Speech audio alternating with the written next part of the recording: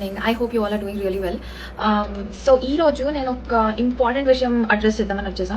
చాలా మంది కమెంట్స్లో గొర్రెలు గొర్రెలు మీరు గొర్రెలు మీ గొర్రెలు గొర్రెలు గొర్రెలు గొర్రెలు గొర్రెలు గొర్రెలు గొర్రెలు గొర్రెలు అట్లా ఆల్మోస్ట్ ఒక 50,000 కమెంట్స్ చూసుంటా. ఇంకెక్కువ ఉండొచ్చు, కౌంట్ చేయలేకపోయా.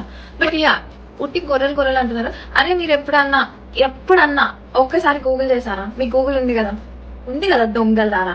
గూగుల్ ఉంది, గూగుల్ చేయండి గొర్రెల గురించి. లేకపోతే మనకి చాట్ జీపీటీ ఉంది, లేకపోతే ఇప్పుడు మెటా ఉంది. ఇవన్నీ రిసోర్సెస్ ఉన్నాయి కదరా మీకు.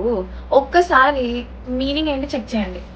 యాక్చువల్లీ మీకు ఎందుకు అంత కష్టం, నేనే చదువుతా సరేనా. In the Bible, God often refers to his people as sheep, using this metaphor to convey several important aspects of our relationship with him. Sheep need a shepherd to guide them to food, water and safety. In the same way, we need God's guidance and direction in our lives.